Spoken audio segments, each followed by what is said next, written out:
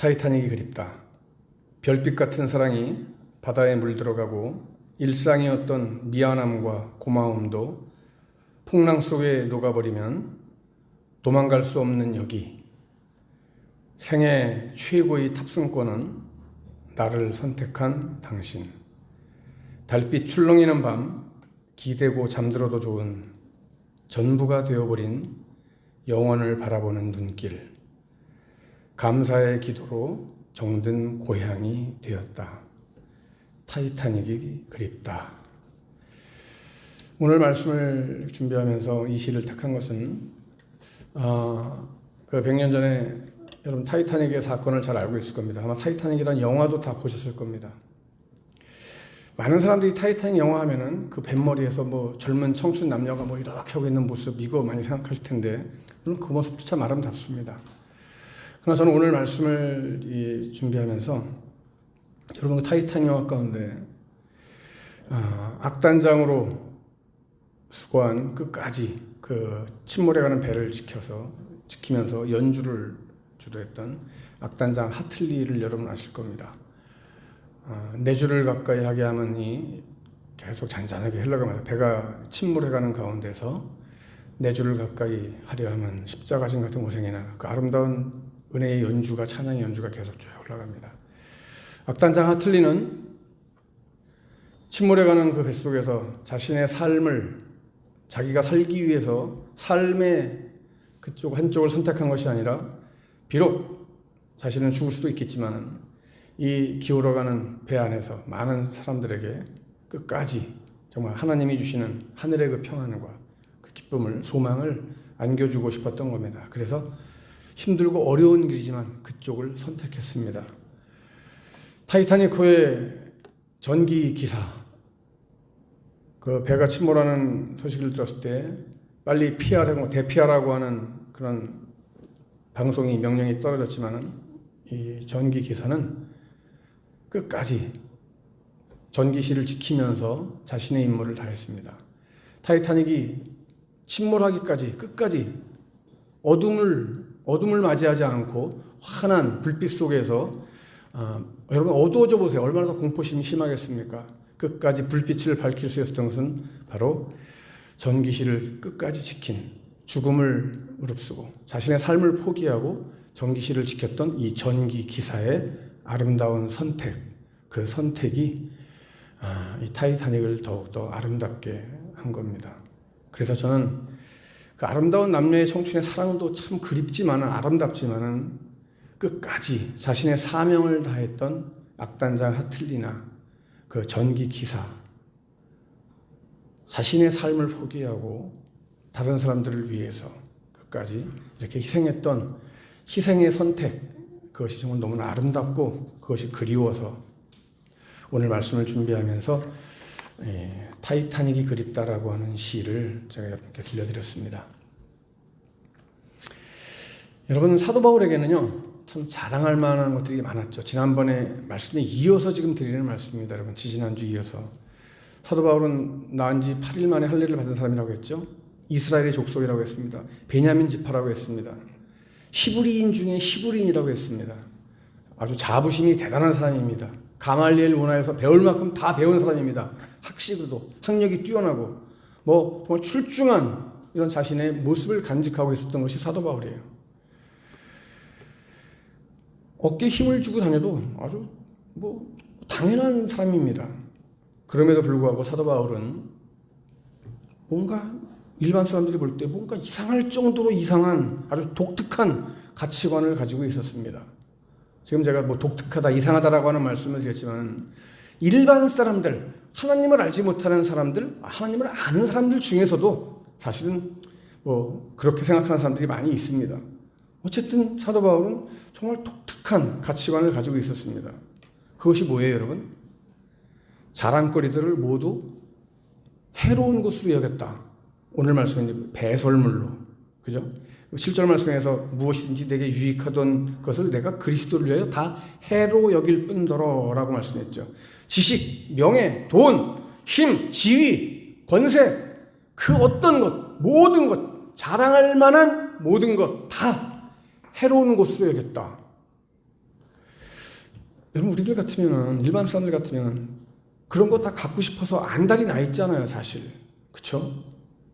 그 싫어하는 사람이 있습니까, 여러분? 지식, 돈, 명예, 권력 이거 싫어하는 사람이 있어요? 다 자기가 그런 위치에 올라가고 싶어 하잖아요. 그런데 사도 바울은 그 모든 것을 다 해로운 것으로 여겼다 그랬습니다. 자신의 모든 잘난 것들이 예수 그리스도를 섬기고 예수를 알아가고 예수님의 모습을 닮아가는 일에 있어서 전혀 도움이 안 됐다 이 말입니다. 그래서 그리스도를 위하여 해로 여겼다. 해로운 것으로 여겼다. 믿음 생활에 유익하지 못했다라고 하는 말로 바꿔서 설명드릴 수 있습니다. 잘난 지식 때문에 비이성적이고 비과학적이고 그거는 도대체 상식적이지 못하다라고 해서 믿지 않는 사람들이 있습니다. 많습니다. 야, 돈이면 최고지. 그래서 그 돈 버는데 급급해서 교회를 못 다니겠다고 하는 사람도 봤습니다. 힘이 있고 권세가 있으니까 야, 뭐 더 이상 바랄 게 없어. 뭔 하나님, 뭔 예수님. 그러니까 그런 것들이 하나님께 나아가는, 그리스도께 나아가는 방해거리가 될 수밖에 없는 거죠. 사도 바울이 바라볼 때는.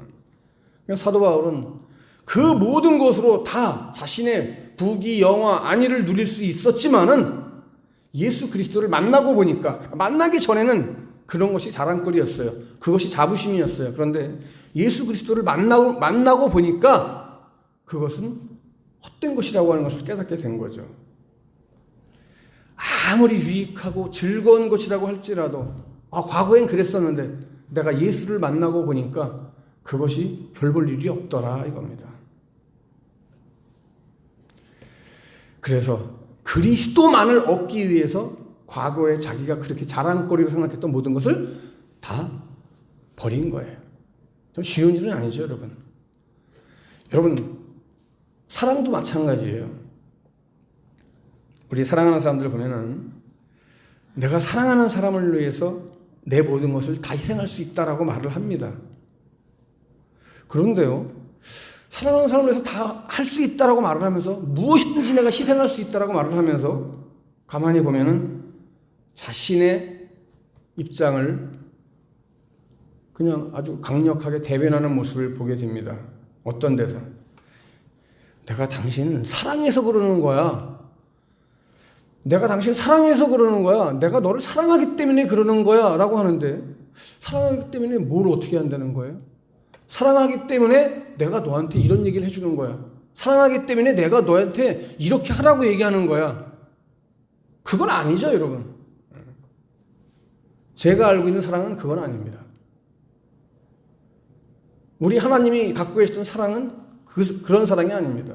우리 예수님의 사랑이 그런 사랑은 아니란 말이에요. 제가 보니까. 사랑하기 때문에 내가 말하는 거 잘 들어. 내가 너 사랑해서 해주는 말이야. 이건 사랑이 아니에요. 내가 널 사랑하기 때문에 하나님이 독생자 예수를 우리에게 주신 거예요. 그러니까 사랑은 내가 널 사랑하기 때문에 말해주는 거야. 내가 널 사랑하기 때문에 이렇게 하는 거니까 넌 내 말을 잘 들어야 돼. 이거는 사랑이 아니에요. 사랑은 그냥 나를 버리는 게 사랑이에요. 쉽지는 않죠. 그래서 사도 바울은 그렇게 좋았던 것들을 어떻게 해요? 배설물처럼 다 버렸다. 배설물처럼 여겼다 그랬어요. 8절 말씀에, 그죠? 내가 그를 위하여 모든 것을 잃어버리고 배설물로 여김은 뭐라 그랬어요? 배설물로 여기서 뭘 얻어요? 뭘 얻었어요? 그리스도를 얻고. 그죠? 바꿔서 말하면 뭐예요? 내가 그리스도를 얻기 위하여 나의 모든 자랑거리는 다 똥으로 여겼다 이 말이에요. 쉽게 말하면. 배설물 똥오줌이잖아요. 쉬운 얘기를 풀어서 말씀드리면 이게 뭐 유식하게 지금 배설물 하니까 이게 뭐 배설물이 뭐 좋아 보이는지도 모르겠지만 유식해 보일 수 있겠지만 뭐 쉬운 얘기로 우리 다니엘 어디 갔어? 다니엘이 배설물 하면 다니엘은 똑똑해서 알아들을 수도 있겠다. 배설물이 뭔지. 근데 어린애들한테 배설물 하면 알아요? 쉽게 말하면 똥오줌이에요. 내가 자랑하는 모든 거 그거 예수 만나고 보니까 그거 똥오줌이다. 여러분, 배설물은 가까울수록 좋습니까? 멀수록 좋습니까? 멀수록 좋죠. 당연히. 가까이 있으면 냄새만 나고 인상 찡그려지고 그렇잖아요. 그래서 여러분, 우리 옛날 집들은 화장실이 집에서 가까워요, 멀어요? 멀어요. 요즘은 다 실내 집 안에 화장실이 다 있지만은 옛날에 생각도 못했던 거죠, 이거 사실은. 화장실 가면 어떻게 해요, 여러분? 집을 나가야 돼요. 제가 원산도에서 맨 처음에 딱 가니까요, 화장실이 집에서 나가가지고 한참 걸어가가지고 저 산 위에 있어. 애들이 밤에 화장실 갈까요, 못 갈까요? 못 가요. 화장실 가려면 어떻게 해요? 아빠, 화장실. 같이 가야 돼요. 무서워서. 못 가. 꼼꼼하니까. 산에 화장실이 뜩 서니까 여러분 얼마나 무섭겠어요. 그리고 보세요. 여러분, 옛날 화장실은, 지금은 화장실 일 딱 보면은 남아요, 안 남아요? 물 한번 쫙 내리면 없어요. 그죠? 근데 옛날 집은 어때요? 배설물들이 없어져요, 안 없어져요? 안 없어져요. 어떻게 해요? 쌓여요. 계속 쌓여요. 여러분, 시골 옛날 화장실 생각하면, 그러니까 쌓이면서 막 뭐가 생겨요. 막 꿈틀꿈틀 걸어다니는 것도 생기고, 기어다니는 거지. 파리들도 날아다니고, 난립니다. 그래서 그것이 집에 가까이 있으면 안 돼요, 화장실은. 배설물은 멀리 있어야 되기 때문에 화장실을 이렇게 집 밖에 멀리 떨어뜨려 놓는 겁니다. 그리고 지금도 집에서 물 눌러서 멀리 떠내려 보내는 거예요, 배설물은. 떠내려 보내야 돼요. 그래서 사도 바울은 뭐예요, 여러분? 세상에서 유익하던 모든 걸, 내가 자랑하던 나의 자랑거리, 내가 의시되던 모든 것들 다 떠내려 보냈다, 이 말입니다. 떠내려 보냈다. 왜? 그리스도를 얻기 위해서. 내가 주님 품으로 조금 더 가까이 가기 위해서. 주님 뜻에 합당한 삶을 살기 위해서 멀리 떠나보냈다. 배설물처럼 떠나보냈다. 여러분, 우리 이 세상 살아가면서 그런 말 많이 하잖아요. 이 세상에 공짜는 없다. 공짜는 없어요. 맞아요. 하나를 얻기 위해서는요, 하나를 버려야 되는 게 있어요, 여러분. 하나를 잡기 위해서는 하나를 놔야 되는 것이 있다, 이 말이에요. 그래서 성경은 우리에게 하나님과 재물을 동시에 섬길 수 없다라고 하는 말씀도 주셨잖아요. 하나님을 섬기려면 여러분, 우리가 손해봐야 될 것이 있다는 얘기예요. 근데 사실 우리들 손해보기 싫어하잖아요. 저도 손해보는 거 별로 안 좋아해요, 여러분. 뭐 솔직히 말씀드리면 누가 좋아하겠어요? 그러나 성경은 우리에게 손해를 감수해야 된다라고 말씀하고 있는 거예요. 사도 바울은 예수 그리스도를 만나고 그것을 깨달았기 때문에, 그것을 확신했기 때문에, 믿기 때문에 이제는 그렇게 얘기를 하는 거예요. 여러분, 내 목숨이 귀하기 때문에 우리는 포기해야 될 것이 있을 때가 있고, 내 생명이 소중하기 때문에, 내 가족이 소중하기 때문에 내가 놓아야 될 그런 문제들도 있어요. 우리가 쉬운 예로 여러분 낚시를 한번 들어본다면요, 제가 예전에 그 낚시 좋아하는 사람한테 들은 얘기가 뭐냐면, 자, 낚시를 처음 배워가지고 하는데 너무 재밌는 거예요. 낚시는 뭐 손맛이라고 하잖아요. 근데 얼마나 큰 고기가 물었는지 낚시가 막 내 몸이 막 딸려가는 거예요. 근데 여러분, 그렇다고 해서 그 억지로 그걸 갖다 잡기 위해서 뭐 어떻게 한다면은, 물론 어떻게든 잡겠지만 누가 도와주면, 근데 이 초짜가 고기가 막 낚싯대를 끌고 가는데 몸이 막 딸려간다는 거예요. 근데 이 사람이 이 낚싯대를 놔야 자기가 물에 안 빠지고 살 텐데 낚싯대를 붙잡고 물속으로 끌려 들어갔다는 겁니다. 미련한 거죠, 사실은. 그게 물속에 들어가서 난 살 수 있는 확신이 있다라고 한다면 모르겠지만, 어떻게 큰 물고기가 물어가지고 낚시에 끌려서 물속에 빠져서 허적거리다가 죽을 수 있다는 걸 몰랐겠죠. 살기 위해서는 어떻게 해요, 여러분? 낚싯대를 버려야 되는 거죠. 물고기 버려야 돼요, 그거. 내가 살려면은. 사도 바울의 이 놀라운 선택, 이 선택의 기준을 오늘 우리들에게 지금 말씀하고 있는 겁니다. 여러분들은 선택의 기준을 지금 어디다 두고 있습니까? 제가 우리의 선택이 정말 위대한 선택이 위대할 수 있다라고 하는 것은 예수 그리스도를 선택한다라고 하는 것이 얼마나 정말 위대한 선택이라고 하는 것을 말씀드리기 위해서 지금 이 얘기를 드렸습니다. 이런 위대한 선택을 한 사람, 세상 사람들이 바라볼 때는 결코 니네들이 선택은 위대한 것이 아니다라고 말할 수 있습니다. 그러면 저는 항상 그렇게 얘기합니다. 그래, 두고 보자. 네가 볼 땐 그럴 수도 있겠다. 그렇지. 세상의 눈으로 바라볼 때는 충분히 그럴 수 있습니다. 미련한 선택일 수 있습니다. 영의 눈이 열리지 못한 사람은 당연히 그렇게 볼 수밖에 없습니다. 그러나 우리 영의 눈이 열려서 예수 그리스도를 만난 사람의 선택은 내 선택이 정말 위대한 선택, 잘한 선택이다. 그러면서 우리의 참된 소망이 거기서 이제 보이기 시작하는 겁니다. 그렇다면 여러분들은 지금 나의 아름다운 선택, 그 위대한 선택, 예수 그리스도라고 하는 위대한 선택으로 인해서 오늘 이 자리에 왔습니다. 그리고 우리의 삶을 살아갑니다. 이런 삶을 살아가는 여러분들의 진정한 소망, 소원이 여러분 정말 뭡니까? 나름대로의 각자의 사명, 그 사명을 가지고 바라보고 있는 소망, 소원 있습니다. 어떤 사람은 내 자식만큼은 공부만큼은 정말 원 없이 시켜가지고 정말 위대한 석학으로 만들어서 내가 못 배웠던 거 다 하늘 풀어줘야 되겠다, 이런 부모도 있어요. 그 생각, 자식을 생각하는 마음은 물론 좋은 거지만 저는 그 생각은 별로 부모로서 바람직한 모습이라고 생각하지는 않습니다. 왜? 내가 못 배웠기 때문에 너는 배워야 된다. 여러분, 이것처럼 정말 아주 안 좋은 거 없습니다. 정말 안 좋습니다. 여러분 다 부모지만, 저도 부모지만, 어저께 이사님하고 운전하고 왔다 갔다 오면서 자녀에 대한 얘기를 했습니다만, 제 자녀 교육을 어떻게 시켰냐고 또 말씀을 물어보셔가지고 제가 그런 얘기를 했죠. 저는 애들한테 공부 가지고 스트레스는 1도 안 줬다고 제가 말씀드렸습니다. 아주 강조해서 1도 안 줬다고. 저는 공부 못해도 괜찮아. 그리고 살아보니까요, 공부라고 하는 것은 내가 나 공부해야 되겠다, 이거 안 하면 안 되겠다, 필요하면은요 하지 말라도 해요. 근데 그걸 여러분 본인이 깨닫는 게 중요하지, 그 공부하기 싫은 애 붙잡고 또 공부에 학원 이것저것 막 보내고 소용없어요. 그건 말짱 헛수고예요. 이렇게 말하면 저한테 또 반기를 드는 사람도 없지 않아 있습니다만은 저는 그렇습니다. 그래서 저는 우리 아이들이 학원 안 다닌다고 했을 때 얼마나 기분 좋았는지 몰라요. 제가 집사님한테 말씀드렸어요. 왜? 돈 절약시켜주잖아요. 학원비가 얼마나 비싸. 우리나라 사교육비 장난 아니에요.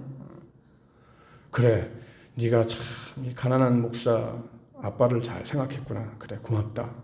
저는 애들한테 그랬어요. 학원 안 다닌다 그러면 네 싹스가 노랗다 이놈아. 아이고, 이렇게 말하면 안 돼요. 아유, 그래, 너 부모를 생각해주면 참 효자다, 효녀다, 이렇게 칭찬해 줘야 돼요. 주인은 어떤지 모르겠지만.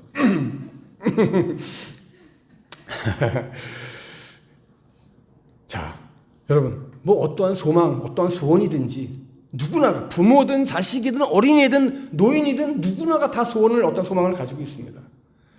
그런데 사도 바울, 영의 눈이 열렸던 위대한 선택을 했던 예수 그리스도를 선택했던 사도 바울의 소망이 뭐냐? 뭐예요? 사도 바울의 소망은 그리스도와 연합하는 것이 소망이에요, 소원이에요. 다른 거 아니에요. 10절 말씀해 보세요, 여러분. 내가 그리스도와 그 부활의 권능과 그 고난의 참여함을 알고자 하여 라고 말씀하고 있습니다. 알고자 하여. 누구를? 그리스도를.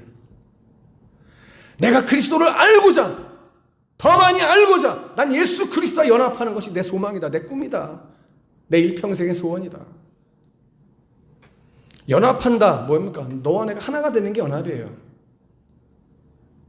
우리 주빛교회랑 시와 사랑 있는 교회가 하나가 돼서 연합해서 예배를 드리잖아요. 같이 예배 드리니까 너무 좋은 것 같아, 제가. 그래서 누가 나한테 물어보더라고요. 뭐가 제일 좋냐고 그래가지고 설교 조금 해서 제일 좋다고 그랬어요, 제가.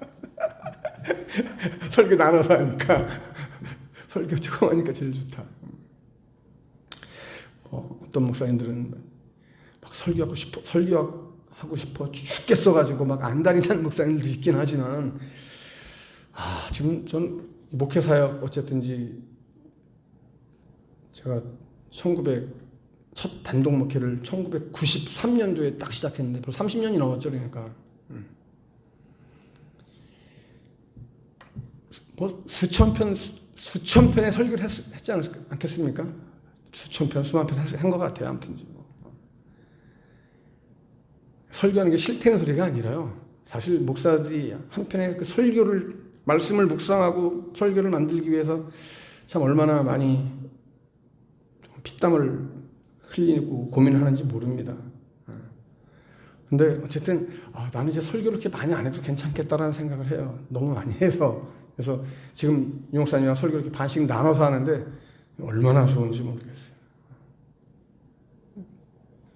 목사님도 좋죠? 네.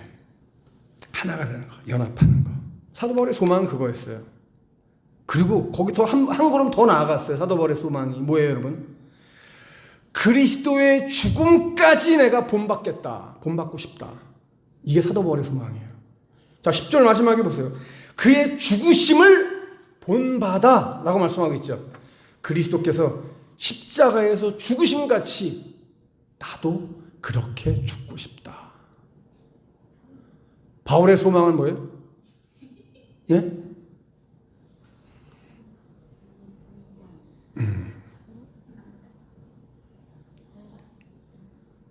뭔지 모르지만 아무튼지 무슨 얘기를 하는지 내가 못 알아들었는데 나중에 얘기해줘요. 사도 바울의 소망은 뭐예요? 하나님 나라예요. 천국에 들어가기 위해서는 여러분 우리가 죽음이라고 하는 관문을 누구나가 다 통과해야 돼요. 그죠? 죽음이 있을 때 부활이 있는 거예요. 여러분 죽음도 없는데 부활이 어떻게 있어요? 고린도전서 15장 31절 말씀 보세요. 여러분 형제들아 내가 그리스도 예수 우리 주 안에서 가진 바 너희에게 너희에 대한 나의 자랑을 두고 단언하노니 뭐라고 했어요? 나는 날마다 어떻게 해요? 날마다 죽노라. 여러분 죽어야 사는 거예요. 이게 우리 기독교의 진리예요. 사도 바울은 매일 죽기를 원한 거예요. 왜? 다시 살기 위해서. 나는 날마다 죽는다. 나는 날마다 죽는다. 나는 죽어서 나는 없고 오직 나를 통해서 예수 그리스도만 나타나기를 원한다. 이것이 사도 바울의 소망이에요.